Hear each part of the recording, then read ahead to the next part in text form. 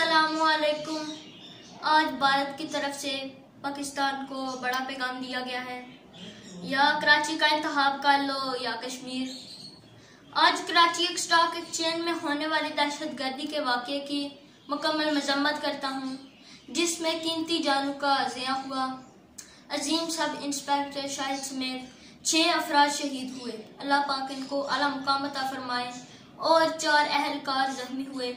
बहादुर नौजवानों ने मुल्क और कौम से वफादारी का सबूत पेश किया और अल्हम्दुलिल्लाह दहशतगर्दी के हमले को नाकाम बना दिया। मुल्क दुश्मन अनासर मुल्क का अमन और अमान खराब करने की कोशिश की, जो हमारे बहादुरों ने नाकाम बना दी। दहशतगर्दों ने मुसलसल फायरिंग की, जिससे 2 शहरी जाँ बहक और जवाबी कार्रवाई में 4 दहशतगर्द मारे गए। हलाक दहशतगर्दों का ताल्लुक बलोचिस्तान से है। लाअलदम तंजीम BLA ने हमले की जिम्मेदारी कबूल की। स्टॉक एक्सचेंज में सूरत हाल पर काबू पाया गया है। जख्मी अफराद को हॉस्पिटल मुंतकिल करने का सिलसिला जारी। पुलिस और रेंजर की नफरी इमारत के अंदर और बाहर तैनात कर दी गई है।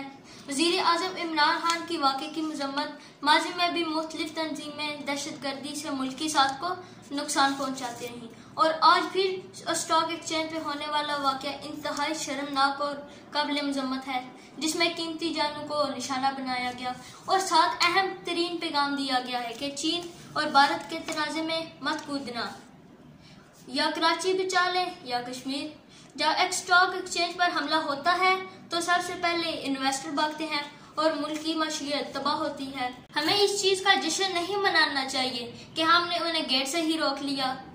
हमारे 2 आम शहरी शहीद हुए और उनके अलावा पुलिस एहलकार शहीद हुए। हमारी इकानमी की धज्जियां उड़ाने के लिए ये काम किया गया। ये कोई छोटा काम नहीं था। दहशतगर्द अगर किसी तरह अंदर घुस जाते तो वहाँ कई हजार लोग मौजूद होते। ये टोटल 8 मिनट की कार्रवाई है। 10:02 से लेकर 10:10 तक कौम को अपने बहादुर नौजवानों पर फख्र है, जिन्होंने जानों का तनाजा पेश करके दुश्मन के नापाक इरादों को नाकाम बना दिया। अल्लाह पाक लवाहिकीन को सब्र जमील अता फरमाए। I hope you like my video. If you did, please like, share and subscribe to my channel for more amazing content. Thank you. Allah Hafiz.